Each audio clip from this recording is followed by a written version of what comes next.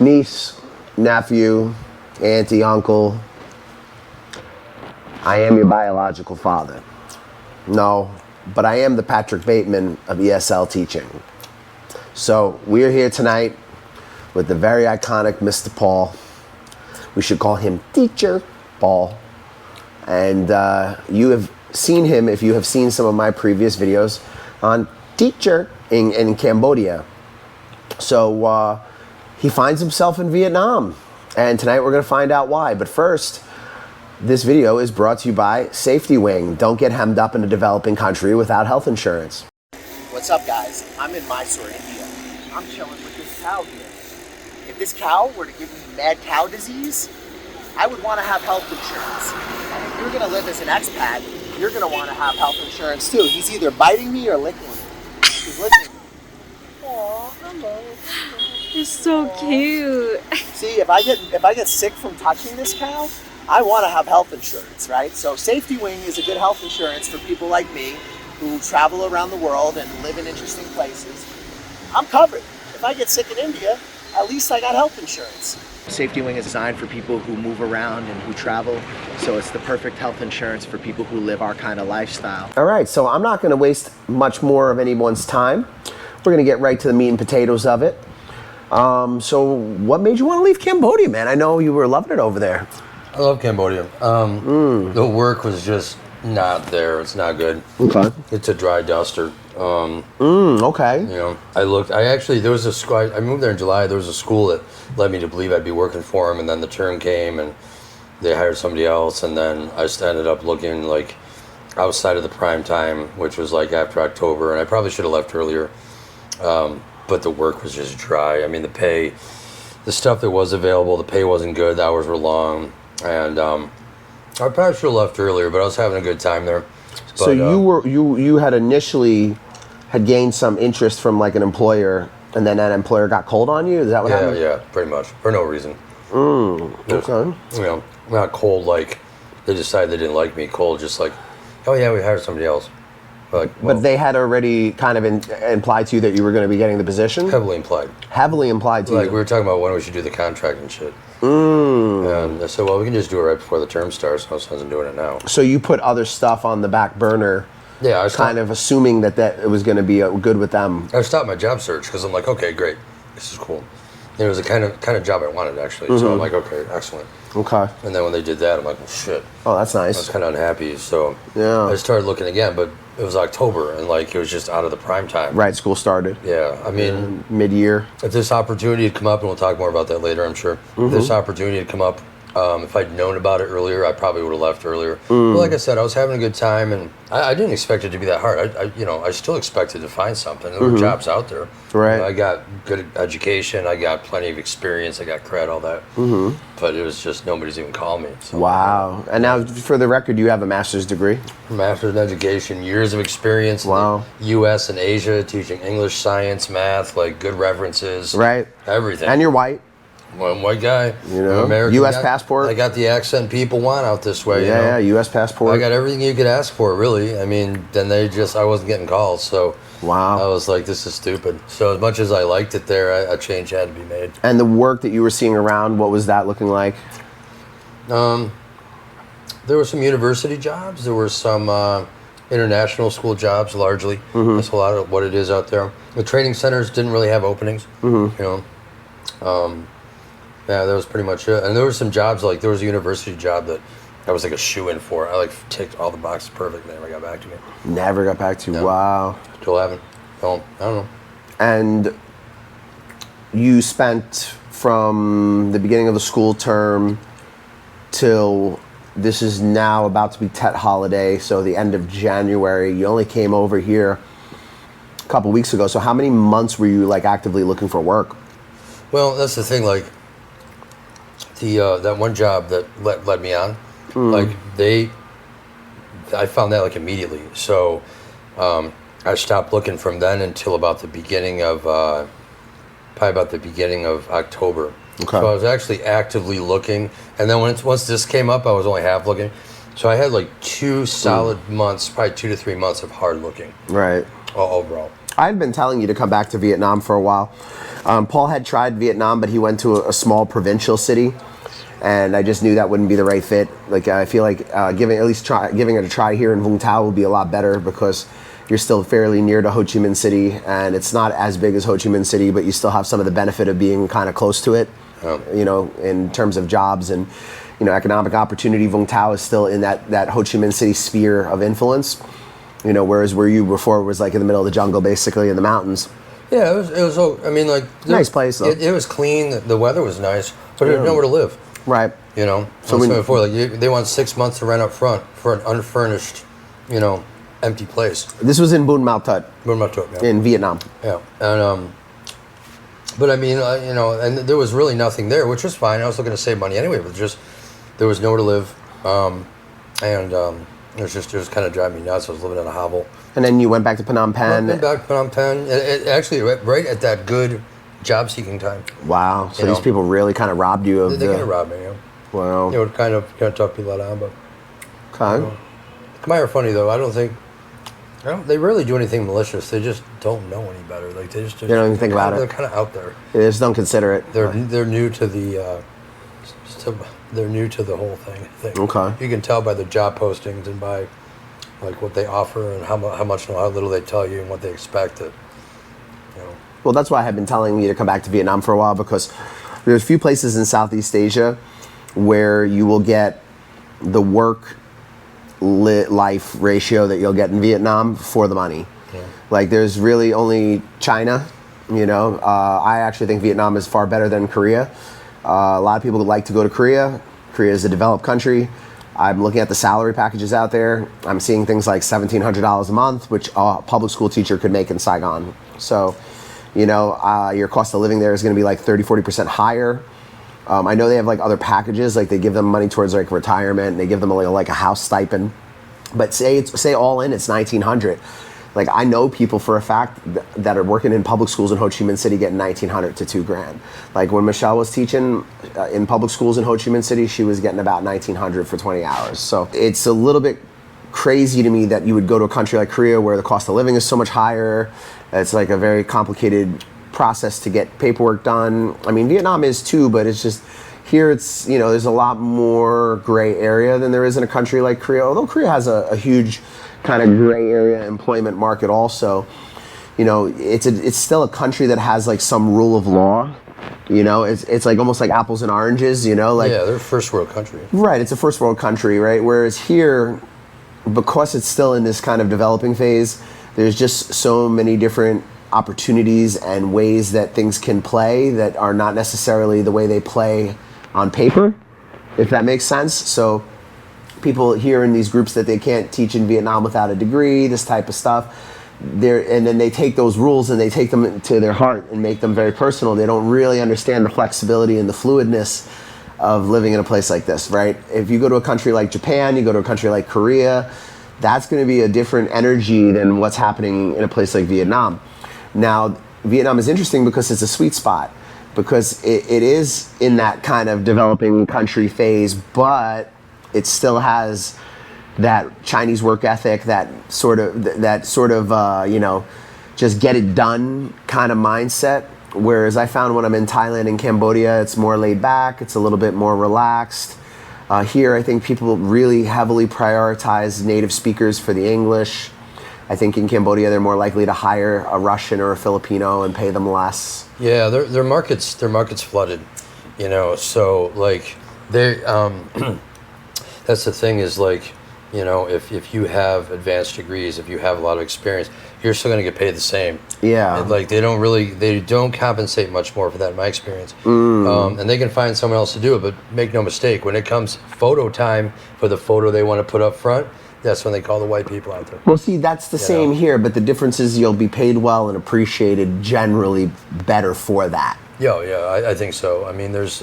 They prioritize white, native speaker, education. These things are looked at with a lot of value in Vietnam, whereas in Cambodia, they're definitely more eager to pay someone less than to pay more for someone qualified. Yeah, I didn't know. You know, and the thing is too, I didn't know just how bad it was. I mean, when I was in Cambodia before, when we were there, Right. I got work. You know, I got work. Mm-hmm. I was off, had some private work, then I had work again.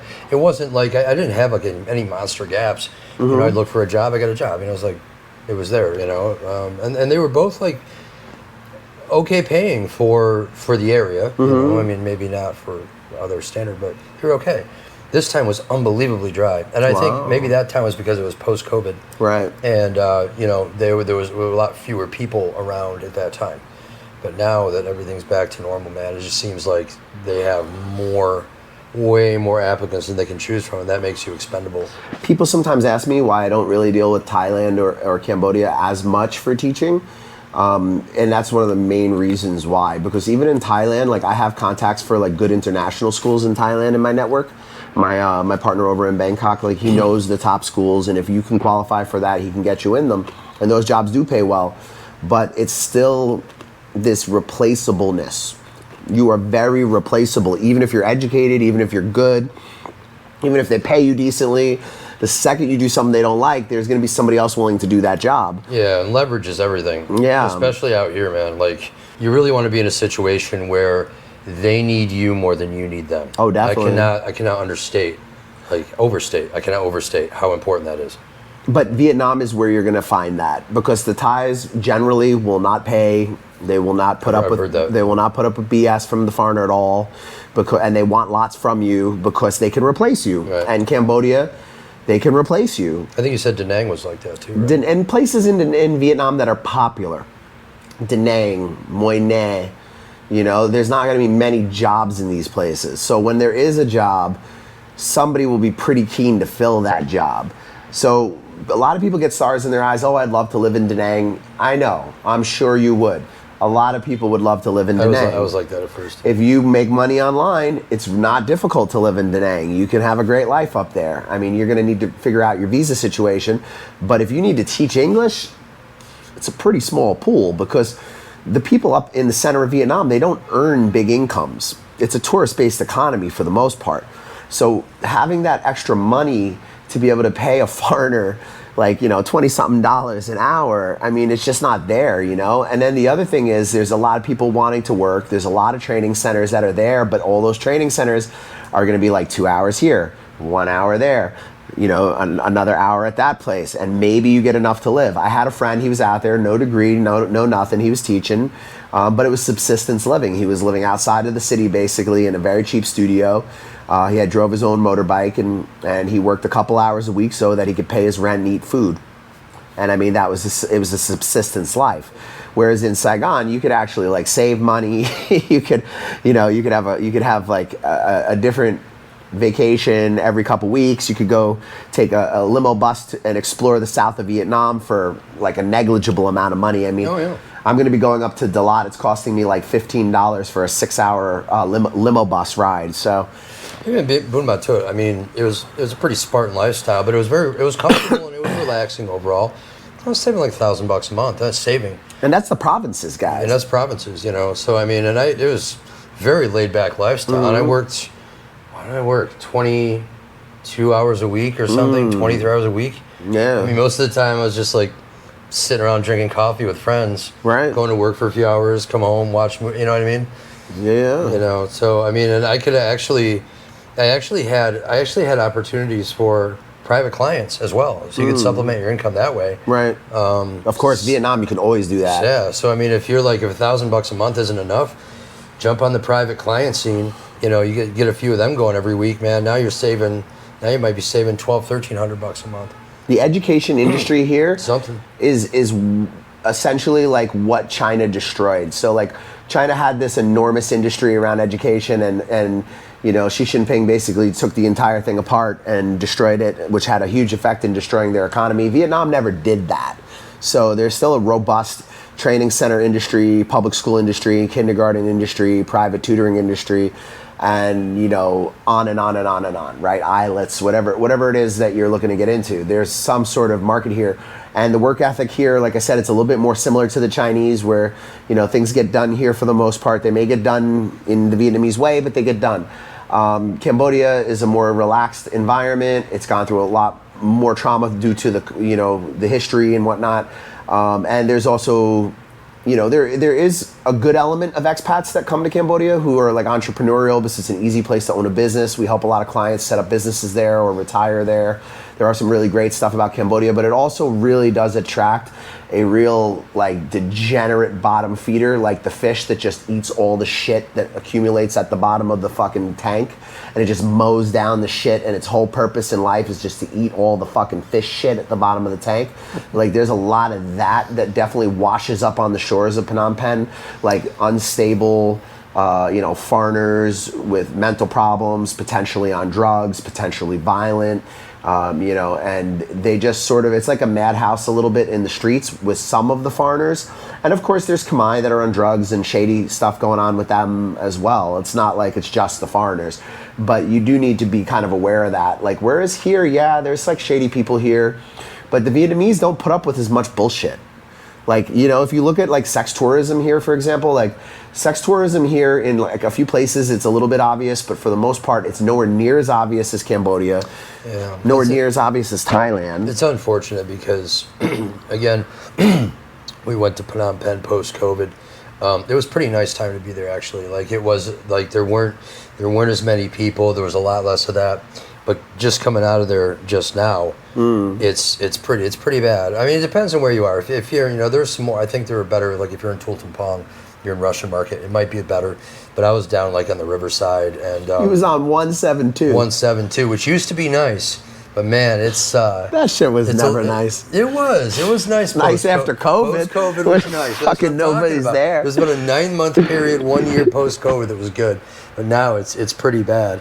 I went to that road in Riverside and all that shit like almost 12 years ago now, and it was a shithole then. It's still a fucking dump. It's just a better developed dump now. It's like, but what were you seeing, man? You were living on 172. That's like living in the middle of the Tenderloin. Like, what you mean before? No, now. Like now that it's become unpleasant, because you said you enjoyed it before, which is fine. It's overrun with foreigners. Some good, but some not so good. I mean, just like you said, man, just a lot of I don't know how you would say, a lot of people who you might not be comfortable being around.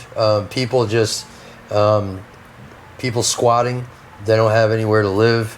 Foreigners. They're clearly high. They want a buck. They want this and that, which I would never think to do in a foreign country. It's crazy. Yeah. People really drunk at bars at night, just like yelling, causing trouble, like, not every night, I can survive down there, like whatever, but it's just not, it's not a place I want to live anymore. I would live again. I'd live in Tultumpong, Russian Market. Yeah, it's nice over there. Yeah, but like civilized. 172. I was just living there temporarily until I was going to get work and then just get an apartment near work, but I never got anything. So I was down there like I had the full spread for 6 months. I had the full experience. Yeah, I just stopped going out at night. Like I get up in the morning because like in the morning and the daytime, all the Khmer people I knew around the neighborhood. I knew the whole neighborhood. And I know those people, and I would go out then. And then nighttime, when all the craziness started, I just hole up my room, watch movies. Wow, that's crazy. So that's what it was. So this is nice being away from that. Yeah, Vietnam, you don't find that. Vietnam is like, there's a lot of foreigners here, but they're all like just polite. For the most part. Touristy types, more or less. For the most part. This town, yes. In Saigon, you can find that element. But you have to go. I don't know much about Saigon. You got to go to like there's Boi Vien Street, which is like the party street, and like there's all the alleyways that go off of Boi Vien, and like that's where there's a lot of like hand job massage and like cheap like bars and old fat drunk guys sitting around. But there's a lot less of that now because a lot of them got just thrown the fuck out during COVID. A lot of them just got chucked. Yeah. They were living on long-term business visas. Their visas got cut. And that was that. A lot of them, I would bet, washed up in Cambodia. There's a lot of the, especially where I was, all up and down the Riverside, you have a lot of the like 24-hour drunks. Right. And Boi Vien has a little bit of that too. Yeah, they kind of know their limitations. They don't generally get violent because they know they'll get booted. Yeah, but they'll cause a scene in the grocery store. They'll cause a scene with like the guys, the place I was staying, the guys who owned it. it wasn't uncommon for a drunk guy to come in. Come on, give me your room. I just want a place to sleep. They didn't want to pay for it. What? You know, like, and these guys, poor guys, had to deal with that. And the Khmer are very nice people, you know. Yeah, they are generally. So I really hated seeing people treat them shitty, but they deal with it in their own way. And yeah. But it's not constant, but it wasn't uncommon either. Right. Yeah. So the Riverside is like even more of a cesspool than usual these days. I used to like I like to go for a walk on the Riverside because it's an open area. If you ever go to Phnom Penh, there's not a lot of sidewalk space. No. So like you go to the Riverside, you have a nice open walk, but it was just, I mean, I walked down there, seven times, people begging for money and stuff like that, and like foreigners, people trying to lead you places, and I finally just started walking down in front of the Palace and Independence Monument because it was much more chill and family oriented. Yeah, it is nicer. It's open. No, there's no skeezy. That whole boulevard that goes down to like the Vietnamese Friendship Park, and it goes towards Naga World and all that. Yeah. That long boulevard, that's really nice. And then there's that connects to the bigger boulevard, like the Independence one. You know. Yeah. Like to me, that's like the sweet spot for like walking around in Phnom Penh. It's wonderful you know? down there. Yeah. Yeah, it is. The Riverside itself is, I mean, like I said, guys, I came there many years ago, and I thought it was a hole. Even in recent times, the last time I was in Cambodia, like, I mean, I remember I was sitting there at a restaurant in the middle of the day, and some guy's getting chased by a hooker down the street. Dude, I was waiting for my food at an Italian place we like. And there was this woman was like fully nude, but like from here down, like showing, and she was like high and staggering, and there's this white guy came out, and he's like trying to bring her inside.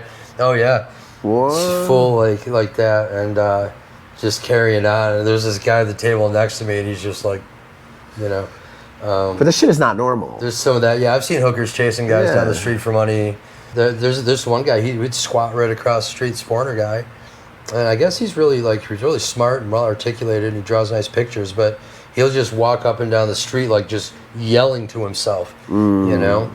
And to the credit of the Khmer, like they're used to that kind of thing. Yeah, it's a bit of a mental. They don't shield their children or anything. They just deal with it.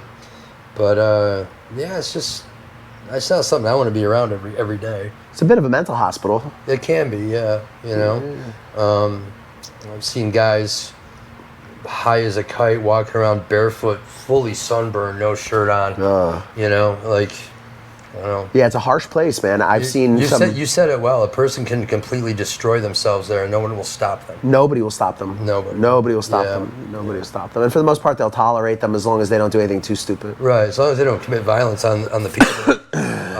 For the most part, they'll let them just steal from them. Then they'll pretty much let you do what you want. Yeah, they'll let you do as much drugs as you want, wither away and disappear. Yeah, absolutely. And I see it too. Yeah, it's like I said, if you go to the hospital and you don't have a mate, like somebody to bring you food and shit, they won't let you in. Yeah. So like if you OD in the street and you don't have anybody to like look after you, just fucking drag your corpse away, I guess. So the Vietnamese are a little bit more problem solvers. Like it's kind of the same here to an extent, but like there is a little bit more of like a community here to some extent, I think, that does kind of rally around. Like you see these situations where in like Vung Tau, for example, there'll be some Aussie guy who like ends up in bad health and like he doesn't have family or anything here, and you know you'll see on the pages and people will try to contact the embassy to support, and the Vietnamese will try to come up with solutions. The job I had in Buon Ma Thuot, I worked with some wonderful people, and I really definitely had the impression that they had my back. The Southern people are good. If something happened, like they would have been there for me, you know, and they were so helpful, like getting me set up with like help me with say find an apartment, find this, find that, doing this and that. But there's just no apartments to be found. Yeah, there were no apartments to be found. But like, I mean, my boss, like, she brought me a nice big, like, she felt bad that I was going to be alone for the holiday, which didn't bother me. Right. She brought me a nice big gift basket, and she's like, I'm going to be home too. If you need anything, let me know. I'll bring it to you. Aww. Just wonderfully hospitable. Yeah, the Southern Vietnamese are great. So I never felt like anybody leave me to die. No, the people here are pretty good, and they will really try to come up with solutions. And I think the people in Phnom Penh are too, if you're more involved in like TTP in that world. Whereas I think like the Riverside is almost like the like Lord of the Flies, like, you know, like it's like purgatory, you know. It's something. It's an ugly environment. So what's the teaching scene looking like in Cambodia overall these days? What's going on out there? Just everybody lines for these jobs, like too many people. Market's pretty flooded. The thing is, like, if you're gonna look for a job, you want to be there. You want to look like July, August, maybe June. Yeah. You know, but like honestly, if I had to do over again, and who knows, maybe I'd go back next year, but I wouldn't spend that much time there. Right. I would hit it in July and August, and then if there was nothing, maybe a little bit into September, but then I'd back to Vietnam. I'd bounce. That's it. Like I said, you know, I stayed a little longer maybe than I should have, but I have a great time there. I love Phnom Penh. I like the people. Yeah, you enjoy being there. You know, I enjoy being there despite some of the weirdness, but I'm very happy to be here. Yeah, good. Yeah, I think this really feels like a great opportunity. There's so much more work out here, man. Like it's true here too. Like if you guys arrive in July, August, that's like the prime time to get here. But there is work to be had all year round if you are really like serious about being diligent, you know. And if you work with us, we give you a very large network of HR contacts that can help you guys get set up before you arrive. So those are good. He loves these things. So yeah, you know, there are more opportunities here. It's just a much bigger market, man. Vietnam is a much bigger market. And, you know, Thailand's a bigger market too, but Thailand is such a hot destination for foreigners that you have that issue. Like, although there are provincial areas and areas on the outskirts of Bangkok where for sure there's going to be a little bit more demand, there's never going to be that same treatment that you just get in Vietnam. Like, for my clients who like have income from overseas, for them I recommend places like Thailand. For people who are looking to invest and open a business and they want like a low amount of bureaucracy and paperwork, I generally will recommend Cambodia, you know. But for people who are looking to support themselves by teaching, to me, Vietnam, it's very hard to beat what you get here, the value that you get here. The value and just the fact that like if you fit the motif of somebody that the Vietnamese generally want, that alone gives you leverage. Right. That's not to say that you can just act like a complete freak and do whatever you want. It just means that, you know, if you know and they know you know that there are other jobs down the road that'll be happy to have you, they're going to be a lot less likely to impose ridiculous things on you. Oh, and I mean, listen, man, you know, depending on the position, there are definitely jobs here where you could do almost fuck all and they will still never get rid of you. But it depends on who you are. So it's not true for everyone. So like, just because I've been able to do certain things with jobs doesn't mean that everyone else will be able to do that, because I also recognize that I'm like a physically fit American. I'm what they wanted and for the employment. So I recognized how much they were gonna make from selling me to the parents and things like that. So I knew that I had a pretty high value to them, right? Whereas if you're like older, like, you know, close to retirement age, you know, maybe you're not physically fit, you know, maybe you don't have like the best teeth, like all this kind of stuff can really affect on like how they treat you. Because if everyone's like, oh, he's so handsome, he's such a great teacher, and all the kids are like, he's so handsome, he's such a great teacher, well then you're gonna be fine. You're not gonna have any problems. Like, I just got a young British guy a job, he's got no degree, and he has just been voted Teacher of the Year. And all he has done all school year is the one game I taught him, throw the sticky ball at the word. So he's been playing throw the sticky ball at the word, and he's their #1 teacher. Yeah, you know, like, popularity matters.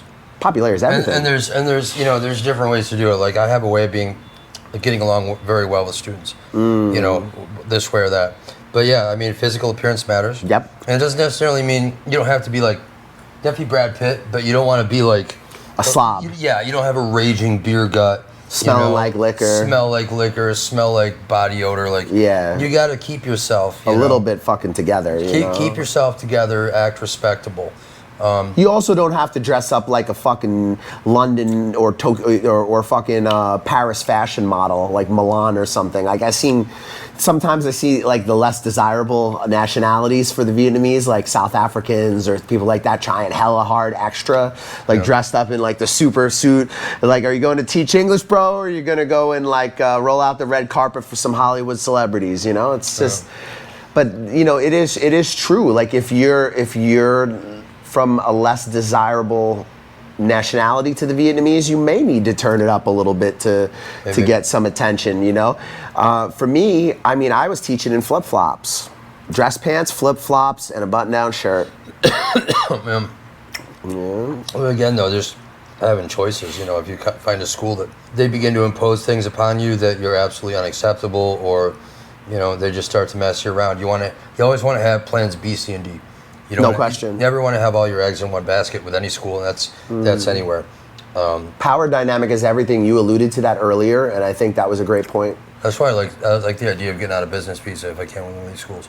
Well, rather than a work permit, because then you have to mess about, and then you have to leave and come back, and it doesn't work out. This is the situation right now. Like, some employers are getting the foreigner, the full documents, the paperwork, you know, getting them the work permit, all that. Some employers are getting the foreigners business visas and then cashing them out. There's all these different types of arrangements that exist in this country. Like, there's many different arrangements that can come about. There's a lot less of that in Cambodia, or is it similar now? How's things like? Is there still like some like a lot of under the table work? Is there still people willing to like give you cashed out jobs, or is it like not? Mostly it's like, you know, proper get hired HR. No, I mean the cool thing, like, there are some cool things. They pay bi-weekly. They will give you visa help, but your job doesn't have to be tied to your visa. In fact, right, that's great. I'm a big proponent of having my visa independent. I'd rather pay for my own. Definitely. And then, you know, that way, like, if things don't work out with the school for some reason, you know, I'm still in the country. I don't have to leave the country. It doesn't affect me at all. I can just, you know, try to find something else. Before COVID, it was like that here.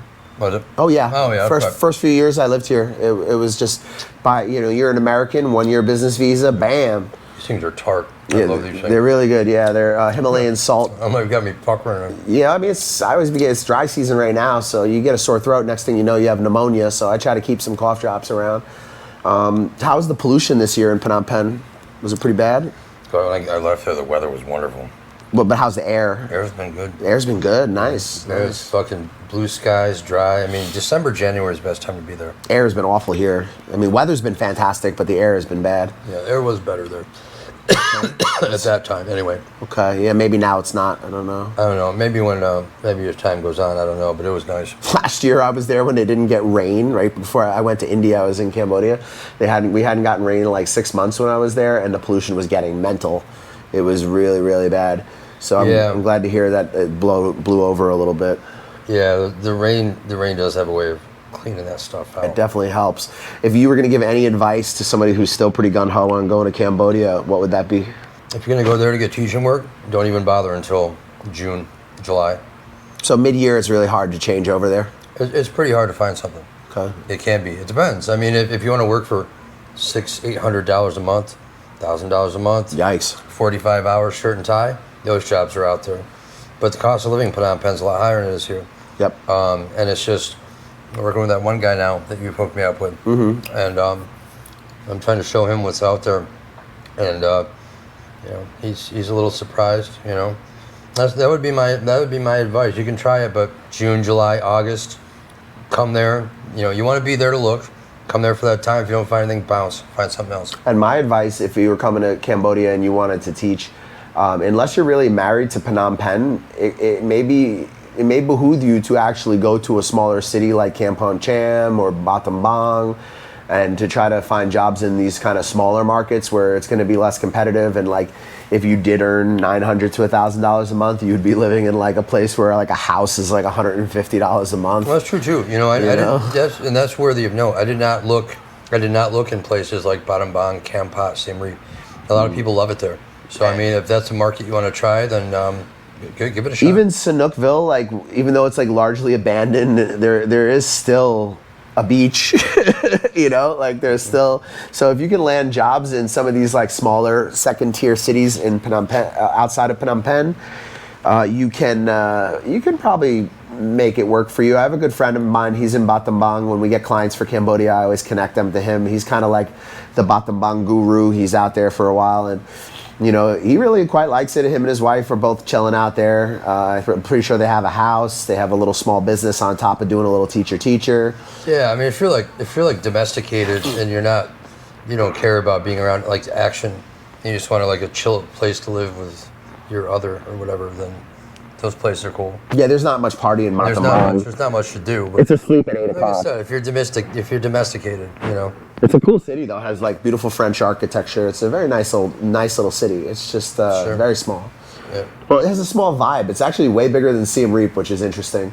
But it has like a very small vibe. Like Siem Reap feels, even though it's small, it feels like, because of the tourism, you know, Battambang is kind of like an off the radar destination because the highway that is just about finished being built going out there, you know, is kind of a new thing, you know. Like before they built the road that goes out there, it was actually really difficult to get out to Battambang. It takes a long ass time. Cambodia's developing. Yeah. They're you know, as many pitfalls as there are looking for teaching jobs, I have noticed developments. Definitely. Like way more school websites have a career section now. Like, basically, what I would search, and I would find jobs, I just wasn't getting called for them, but there's I would search about 8 Facebook groups, and I had a whole list of schools in my bookmarks that all have career sections. So, I mean, the jobs are there. It's just what, again, it was just by the time that one school, by the time I figured out what the deal was with that, I was just looking at the non-prime time. I mean, you know, and I think a lot of times too, you'll find there'll be like a school say we're looking for teachers. Okay. But I think they're just collecting resumes. Right. You know, or they're looking for like next year. It doesn't mean that they're looking now. Or they're just keeping them on file so they can, you know, throw you out the fucking window if you complain or don't do something they want, you know? Yeah, well, it's something, but it's not the kind of job search you're used to, probably. So I think the disconnect that you hear online is you hear a lot of people who will go on and talk about how easy it is to get a job in Cambodia. And like, I think there's probably some truth to that if you're like a 20-year-old dude, blonde girl, you know? If you're a female kindergarten teacher, the world's your oyster over there. For sure. They need here too. tons of those. I see a ton, and they'll say we want, you know, kindergarten teachers, female, tons of those jobs. Yeah. You know. Here too. Yeah. Here too. The only difference is they'll pay them better here. Yeah. I just don't, you know, I didn't really, but there's, you know, there's the other kinds of jobs too, but those, if you're a female and you like kindergarten, yeah, you can, any time of year, man, they need those people all the time. Oh yeah, young blonde female, you're good. Yeah. And you know, we talk about, oh, you're white or you're this or that. You know, if you're like a Black American or, you know, like a Indian American, Hispanic American or something, you're still gonna be able to find a job in places like Vietnam, Cambodia. You know, nationality does hold some weight, but it's just going to be a bit harder compared to like if you're like a 18-year-old blonde girl willing to teach kindergarten, you know, like, and I think that's true like across the board in pretty much all of Asia. It's true everywhere I've ever been. China, Vietnam, Cambodia, always like that. There's always those jobs. And I would say that probably because the Cambodians are willing to pay less for the teacher and like and they would rather have someone cheaper than someone qualified. Yeah. You know, that would probably also mean they'd probably be a little bit less racist compared to the hiring that in Vietnam could be a little bit more difficult maybe. When it comes time for the photo shoot, they want white. Oh, definitely. But I mean, like, to fill a position, if they don't have to pay the guy too much, I mean, like, they definitely, you know, you're not going to be totally asked out if you're not white. But the thing is, you know, you do have to remember, Cambodia has no requirement for a degree, even on paper. Right, and it's easy as fuck to get a visa, and it's easy to stay, right? So everybody and their mother just shows up there with the same idea, I'm gonna get a job as a teacher and live in Cambodia, and there's people online who sort of misrepresent it and make it seem like it's a more glamorous lifestyle than it really is. Whereas over here in Vietnam, like, you're not gonna be mega rich as a teacher, but you can have like an upper middle class lifestyle, and you can still save money. Like, you know, Paul was in the provinces, put away $1,000 a month. Like, I mean, it's definitely doable. I wasn't working that hard either. My wife is working like 14 hours a week right now, and she's making over $1,000 a month. So, you know, it's like whatever we make in consulting sales, I just put it right into my savings. Like, you know, what she makes covers both of our cost of living here. Yeah. In Phnom Penh, that would not be the case. And there's still lots of time for other things. You know, like, I mean, if making money is all you care about, you could have probably 2 of those jobs and do private clients and pull, like, you could save like a couple grand a month if you wanted to. So is the Cambodian dream over? The thing is, like, no. I don't think so. There are good jobs, but people tend to keep them because the lifestyle is nice there. Now, what we're talking about on Riverside. That's one pocket of the city. That's not the whole city. No, it's not the whole city. No, for sure. People, like respectable people who get jobs don't tend to live. They don't live in Riverside. I was just kind of there for this reason or that. But there's good jobs to be had, but you got to search the right time of year, right? And you got to remember that people who get good jobs keep them. Right. So, and you got to know what questions to ask. True in places like Da Nang too. Yeah. They're not going to give you a lot of info. So, it's worth a try, but don't linger. If again, if you get into mid-September and you still haven't gotten anything, bounce. Find something else. Try it again next year. That would be my advice. Unless you're a female kindergarten teacher, then Yeah, it's true in popular places in Vietnam too. If you want to live in Da Nang or Nha Trang, yeah, there might be a handful of decent jobs, but like there's going to be a line wrapping around the building in order to get those jobs. Yeah. And the people who are in those jobs are not going to be so quick to give those jobs up because they know they're not going to get them back. Whereas in Ho Chi Minh City or Hanoi, these are enormous markets, enormous. If you've not been to Vietnam, I cannot stress to you how big the education industry is in Ho Chi Minh or in Hanoi. And in certain provincial cities, there's a lot of opportunity because some of these provincial cities will have wealth. They'll have some sort of resource or industry, and that will precipitate people wanting their children to get good educations, which is the culture. And they'll invest heavily in trying to get foreigners to come to those places. Some of them are nice, some of them are not nice. I will say, I think there will be people who watch this video and they're gonna say, "Oh man, this guy's full of shit. Getting a job in Cambodia is easy. I was there a couple weeks." It depends on what kind of job you're looking for. Okay. If to be honest, if you're searching during the non-prime time and you can get a job making $1,500-$1,600 net, not gross, at a job that has you working less than 40 hours a week, all that together, you got lucky. But if you're okay making $600 to $800 a month, right?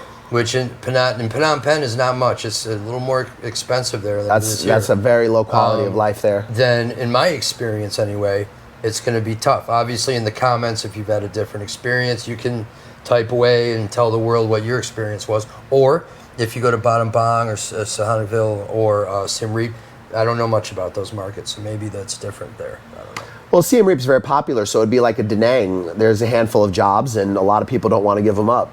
Of course, it's a nice place to live. You've been bouncing around here long enough, and you worked enough shit jobs. You know a good one when you get it. You ain't letting that go for nothing. But places like Battambang, Kampong Cham, these kind of up and coming cities that have like some sort of reason why their economies are growing, these might be more like the sweet spots. In Cambodia to a certain extent. Could be. But don't expect a high salary. It's just that the good thing in those places is that the cost of living isn't high. Sure. Whereas in Phnom Penh, the cost of living may shock you guys. It depends on how you want to live. I don't find that accommodation is so expensive in Phnom Penh, but like food, electricity, things like that are very expensive in Phnom Penh. That's right. You can get remember that place? Cambodia in general, electricity. You know? That place we found in Tul Kork. That was decent, and I remember that was a pretty good price. But yeah, food cost me a fortune over there. Electricity, man. And you have that AC, man. Unless you want to sweat, you got to run that thing. That gets expensive too. Whereas here, man, everything's cheap. You can live in a palace here for, what was it, $260, that place we saw down there? Yeah, we took them around today looking for some short-term rentals. It's sick. And the food is also cheap, and the electricity is also cheap. We also took you to a buffet tonight, right? For a $2 buffet? No, it wasn't $2, it was $1.60. $1.60. All you can eat. Vegetarian food, but delicious. Yeah, healthy. Tofu, rice, all kinds of good veg. Tons of vegetables. Nice variety. Soup. $1.60 soup. Yeah. So the cost of living is considerably less in Vietnam. The salaries are higher. There's a better appreciation for the teacher. It's a bigger market. There's an overall better respectful attitude towards teachers too. You have to understand, guys, that if it sounds too good to be true, very often it is. If you have this idea that you're going to move to Vietnam and you're just going to live this amazing life, by the beach, you know, that's reality for a few lucky people, but that's not reality for everybody. If you have the idea that you're going to move to Phnom Penh and you're going to be the first person to realize that, oh, Phnom Penh doesn't require me to have a degree to be a teacher, so I can go to Phnom Penh and everything's going to be okay. I mean, you know, you might be being a little bit naive, you know, like if you heard it, everybody else heard it too. Sure. But no, I mean, again, you know, I'm no expert. I'm talking from my experience. You know, anybody who's had a different experience that's constructive, you know, and wants to offer advice to anyone else who's looking for a job in Cambodia, throw it down in the comments section. I'd be curious to see. I'm always looking to learn new avenues. We know a couple guys who are actually looking over there right now. We could probably use some good advice too. Yeah, listen, we always happy to have you guys' opinions in the comments. I put them in touch with a pretty large network out there. Like when you first got there, we put you in touch with like a pretty big network of teachers, expats, employment lists, and you found a job pretty quickly the first time around. But the second time around, you're kind of going at it by yourself, right? And it was a little bit more messy this time, like.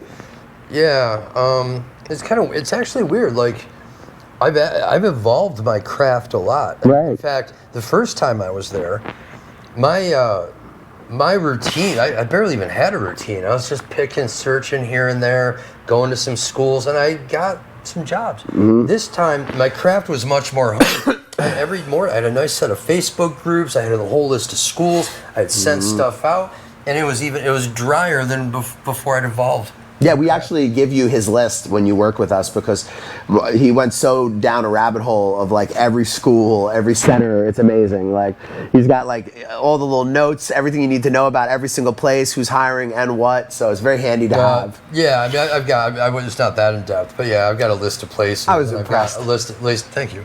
I've got a list of Facebook groups and. I don't know everything again, but yeah, and that's what was so surprising about it was right. I wasn't getting any calls, and like I really had a solid routine that I did every day, you know. And still nothing. But again, it's the dry time.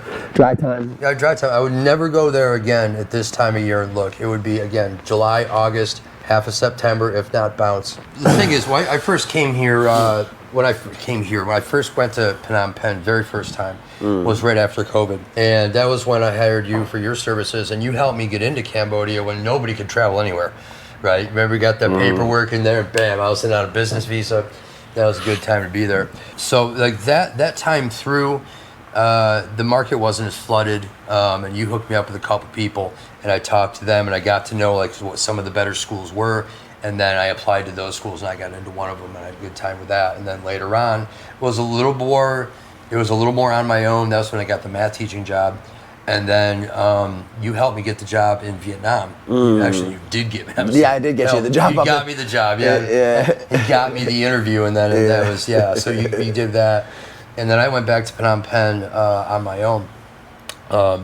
And then, of course, I am back in Vietnam now. And you never had to pay me again. It was only one time, and we've helped him go to Vietnam, back to Cambodia, back to Vietnam. Well, that's the thing. That's the beauty. See, that's the thing. That's the nice thing about the thing is when I come to Vietnam, I know you're going to help me get work. You're going to. Yeah. It's like here, accommodation, where to go, help me out, get work. Where to stay. Cambodia, I'm kind of a little bit on my own because. You don't specialize there, but you do have some connections, right? Oh, I do. I have really good connections in Cambodia for things like setting up companies, long-term visas, any kind of problems you could get yourself into. With the school scene, I do have a network. I have email lists. I have some lists of schools. But the thing is, it's one of those places where it's not recruiter driven, so it's really going to be more like you need to just schlep to the school and show up with your paperwork and your dress shirt. That's it. Yeah, you got to pound the pavement a little bit. Vietnam is more recruiter driven, so you can find people here and they'll just kind of shop you to whoever will pay, right? And then it's about finding recruiters. And some of these guys in these Facebook groups, these foreigner ding-dongs who talk shit about these recruiters, recruiters are all bad. They're not all bad. Some of the recruiters I've worked with over the years in Vietnam are decent people. They just, they're just trying to make a living. See, this is the value of your service, though, is that there are some bad ones. Oh, definitely. But, like, I'm going to tell you, I'll tell you straight up, I don't operate in Vietnam without Homeboy here. Because we have, he's heard him, I've heard him, horror stories about people who they use the wrong recruiter, they use the wrong agent, they work for a school who doesn't pay them, they get blacklisted from schools and they can't come back and stuff. You want to find someone who can help you navigate through this stuff because it can cost you hundreds, thousands of dollars otherwise. Oh yeah. You know. I mean, you know, you don't get paid but monthly here. So, you know, if it doesn't work out and the relationship's not good and that money doesn't show up after you've worked for a month, you're out a month. You're not out a couple weeks. And that's the thing, like, the Vietnamese are nice people, but in any population, you're going to have a percentage of people who are out to get other people. The difference here is the law will do nothing for you. You have no, correct me if I'm wrong, you have no rights under the law. No, pretty much. None. No, if you sign a contract, there's some like rights technically that you would have, like, you know, they have to follow the contract, but the process of which it would take you to get that enforced is where it gets crazy. That's what I mean, though. The cost and the time and whether or not it would even be worth trying to fight over that, or it would cost you so much more than what you've lost that it almost is as if there's no recourse. Now, there are situations, like I know a woman who was working for a very big international school. They ended up owing her a lot of money.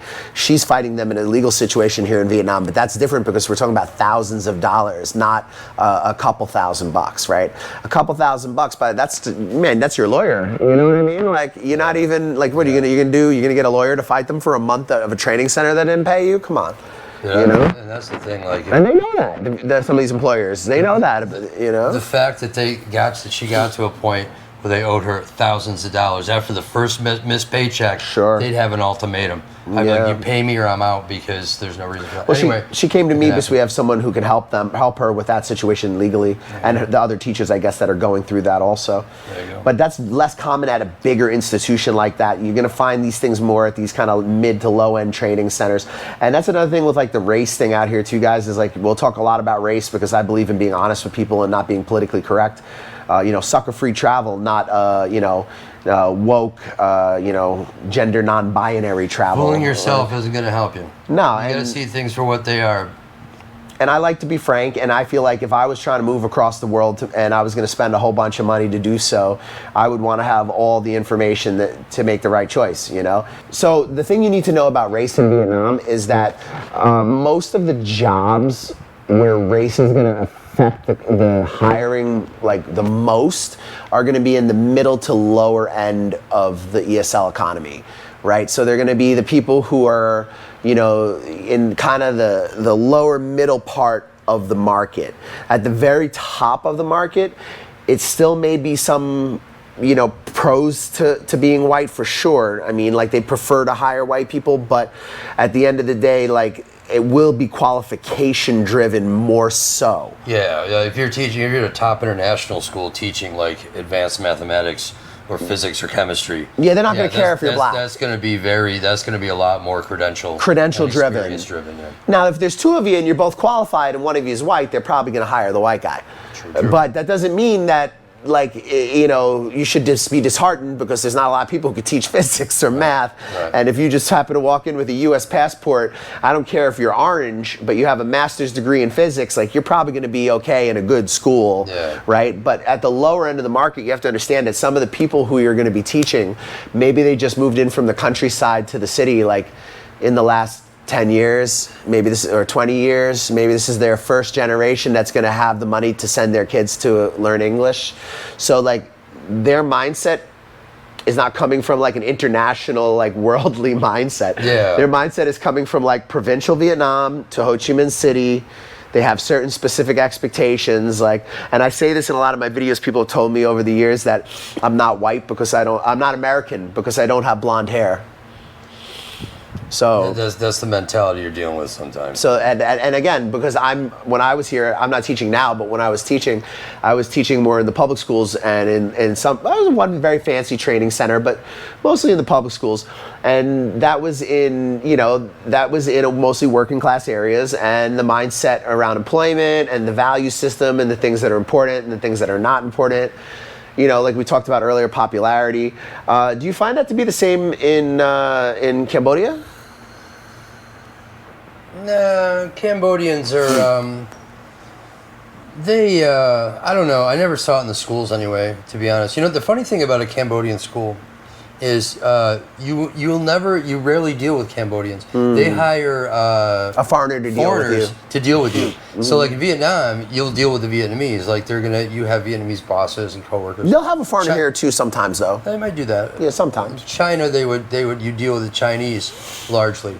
But in Cambodia, it's mostly dealing with the Khmer, you know.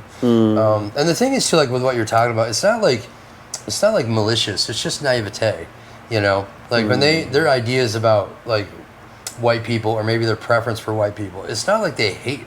It's not born out of anger or hatred. It's just what it's what they know from what they've learned in their village. Like they just associate one thing with another. Well, and also a lot of Cambodian and Vietnamese people have family in America. Yeah. Some of them hear things about certain groups in the U.S. They also watch the news, and they see countries that are war torn or that have Islamists and things like that. And there's just no appetite for any of that. There's not the whole like woke multiculturalist mindset here at all. We are a monoculture. You are a foreigner. You're here as a guest. Whenever we want you to go, you will go. And you'll never be one of us. You'll never be part of the society. And it's interesting how in the West, if we don't want to have open borders and we just want to have like a country for our own ethnic group, well, then we're considered racist. Whereas here in Asia, that's just part of the course. It's just part of what it is, man. If you're part of the majority group, that's it. By the definition of racist in the U.S., I think everybody in Asia is a hardcore racist. Hardcore. Yeah. Hardcore. If you can't handle America, you shouldn't come here, man, because it'd blow your mind. Because they'll be polite. But the thing is a lot of people, like a lot of liberals will come here. Blow your mind, man. And the thing is, the Vietnamese or like the Khmer will be very nice to them, so they don't really understand how they think or how they feel about them. Because just because someone's smiling at you doesn't mean they want you like in their country. Doesn't mean that like if you're a minority in Southeast Asia, like I feel kind of sorry for you because minorities don't have really any rights, and it's just a different way of viewing the world than the West. Yeah, but like we don't get angry about it. We're just like once you kind of see it for what it is, and you understand that it's not malicious, but it's very segregatory. Well, they want to segregational. I think they want to protect their culture. Yeah, it's segregational, but it's not like rage driven. So that's why I don't care. It's like whatever. I respect how they do their things, but like I said, man, if the little nuances in America bother you, man, you do not want to come here because this is America times a million. Yeah. If you're fat, they just come up to you and tell you. America's like totally clean compared to these countries, man. We're like saints. Well, the West in general, we get shit on. We get told, oh, you're colonialists. These countries out here conquer each other left and right. Parts of what is now Vietnam used to be Cambodia. Parts of Cambodia used to be Thailand. They all hate each other. They all conquer each other. They've enslaved each other over thousands of years. Land disputes, water disputes. Constantly fighting. South China Sea is in constant chaos. They're militarizing the South China Sea with war islands. So if you're coming out of the West for the first time, you're going to see a lot of things here that are going to make you realize that there's a lot of messaging in your country that's like total bullshit, like environmentalism in the West, like, oh, let's deindustrialize our countries, let's make our countries poor, let's like cut off all our electricity so that we can, and all our power so we can fucking, make ourselves green. Vietnam's not even thinking about that. They're burning the cheapest goddamn coal they can find. But in environmentalism, like any of this kind of stuff, Southeast Asia, it's non-existent. They don't care. Cambodia, they filled in a lake in the center of Phnom Penh just so they could put condos over it. Even here in Vietnam, like literally I have not seen a day since I've been back where the air pollution levels have gone below 80 particles per millimeter. So, which is not horrible, but it's not good, So this idea that like the West is causing climate change is like kind of a joke, or that like the West is dumping all the plastic in the ocean. It's all coming from not just Southeast Asia, but South Asia, North Asia, probably I would say Siberia, parts of Russia as well, China, India, Bangladesh. These countries are generating so much waste, pollution, emissions. There's no inspections on any cars. So you're coming to a completely different world with a completely different mindset. But it is nice. There's things about it that are good. You can earn a living. The cost of living is low. And you're going to have your eyes opened up. Yeah, a different mindset doesn't mean bad. It just means different. And there's things about it that are bad. Like if you're a truly accepting person, as people claim to be, you won't have a problem. You know, you just got to be accepting of completely different mindset, way of life. That's all. Well, it's kind of what I was saying before. Some people can be out here for years and still not really understand how things work.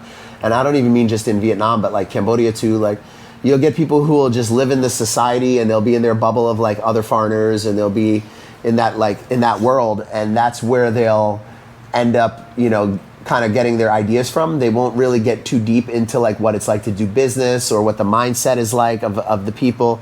You know, what's the mindset like of the government? Like, what are the objectives this country has, right? Like, it's very different to be somewhere like, oh, you're an expat, you know, people are nice to you. But yeah, of course, it's Southeast Asia, everybody's nice. But it doesn't mean that under that niceness, that everything's like this utopian perfect place where like, oh, you know, look here, there's no racism here. Yeah, there's no racism. This is only one race. you know? And the other ones, there are some minorities, but they don't get nothing. They get zero. Yeah, it's totally monogamous. If you're not part of the main group, then you're fucked, right? So you got to remember, you as a Western foreigner with a Western passport, you're going to have a different experience than local people, right? So it's important to keep your head on straight, keep yourself based in reality, and that's why people like our videos, because we talk about the reality, we talk about the good things, the bad things, we talk about the positives, the negatives, and we don't try to portray these places to be utopias or heaven or anything like that. You know, we just want you guys to know that these are places where you can have a low cost of living, you can have a great quality of life, but you're going to give up some things, and there's going to be some prices to be paid. So that's why we talk to you guys plainly, and that's why we cover these kind of topics. And if you do come to a country like this, come with your eyes open and learn a little bit of reality about how the rest of the world functions. And I promise you, it'll change you, and it will change the way you see the world. And it will definitely give you a tremendous amount of access and opportunity if you decide to use it in a positive way. Are there any final thoughts you'd like to leave them on with teaching in Cambodia? I mean, we know for you at this point it wasn't the right fit anymore. Is there anything else you'd want to like really cover on that? No, just in summary, you know, I mean, June, July, August, you know, you want to look, that's the best time to look. If you're a female kindergarten teacher, go for it. There's lots of jobs. You know, if you're not afraid to try Phnom Penh, you can try some of the outlying areas, maybe find what you want. Depends on the person. If you find you've had a different experience, or you have any advice on anything maybe that I missed or he missed, put it in the comments section, and you know, we're always looking to add to our knowledge base. Oh, definitely. And guys, in the description of every video is the contact information. You can reach me on the Facebook fan page. I do hourly consulting as well as full relocation packages where we connect you to networks of HR contact service providers. We do Balkans, Southeast Asia, and we're just going to expand further. So just keep the comments constructive, otherwise we'll just block you. Right? Yeah, pretty much. I have no time for trolls. Yeah, don't troll. You just troll. Just put constructive stuff on there because we want to learn too. So. Yeah, and we want people to gain value from the videos and read the comments and have sound advice, not just have some asshole heckling them for asking a question. Like bots, like mega bots. Well, that's one of the reasons why I originally started my first channel, the White Monkey Syndicate, back in the day before it got taken down, was because I was responding to the trolls that would just get on some kid's case for asking a simple question like, can you get a job in Vietnam without a degree? Can I get a job in Vietnam? What kind of loser are you? You should shoot yourself. Kill yourself. Oh, like, dude, is this real? Or he just asked the question. Yeah, right. Is this like a bot or just like a psycho? So I started out by like trolling those guys. I mean, I can be a little bit of a troll too, but I like to think that I'm a little bit more of a white hat troll. I just assume they're bots. That's how I assume. Anyway, thank you for watching. If you guys enjoyed the content, if you like straightforward, sucker-free travel, honest advice, no BS expat consulting, if you want to teach her the Englishes to the youngins and have a decent standard of living, I guarantee you, even with some of the problems and challenges that you face in this part of the world, even in a place like Cambodia where the market's a bit more saturated, if you can make it work, it's still probably going to be better than working 2 or 3 jobs and paying out the ass to live in some suburban part of America. It would be for me. I'm not saying that's for everyone, for sure, But if you're responsible, you can have a little bit of savings and a quality of life. Whereas in America, you can save money in some circumstances, but the cost of living is so high that you're maybe not saving as much as you used to or at all, and then you're working constantly. You have a much better live-work balance, even in countries like Cambodia where there's less opportunity than Vietnam, and even more so in a place like Vietnam. So if you're thinking about coming to Southeast Asia, reach us on any of the contact information in the description. A large percentage of you guys are not subscribed. Just take a second to smash the like button, smash the subscribe button. It goes a long way, and it makes us really happy. It helps us keep doing what we're doing, bringing you honest expat consulting. There's a lot of BS online. There's a lot of travel bloggers trying to, tell you everything is rosy, and we're not about that life. Brush your face and wash your teeth, son. Reborn abroad got me a job in Vietnam. Reborn abroad got me a job in Vietnam. Years later, we're still friends, so hit us up. Reborn abroad, they're legit. They got me a job. I'm pretty happy. Reborn abroad got me a job in Vietnam. Reborn abroad got me a job. Brush your teeth. Hey, what's up? I'm D from Canada. Hook up with the New York Nomad if you want a smooth ride into Vietnam or any Southeast Asian countries. Hey, my name is Aaron. Get in contact with the New York Nomads. If you want to get into Vietnam, hit them up. They'll get you in securely and professionally. Yo, this is Uncle Hollywood. I'm telling you right now, the New York Nomad got me a job. He's legit. Hit him up. Check him out. New York Nomad set me up in Vietnam. Yo, my man got me a job. Come to Vietnam. Hey, what's up, guys? You thinking about coming to Vietnam? You're not sure where to start. You've heard a lot of things online. You don't know what's true. You don't know what's not. We offer a consulting service where we help you get on your feet in Vietnam. We give you advice on negotiating contracts with employers. We help you with real estate agents, visa agents that are reliable and that you can trust. We help you get started in this amazing country and get on your feet. We help you get into different opportunities that might be more difficult for you if you were just landing in the country on your own. And we help you avoid a lot of the pitfalls and problems that you could have as a newcomer here. We provide you with reliable job recruiters, visa agents, real estate agents, and advice. If you guys are thinking about coming to Vietnam, hit us up for a consultation. We'll help you get started, help you get on your feet, and hopefully you'll love Vietnam as much as we do.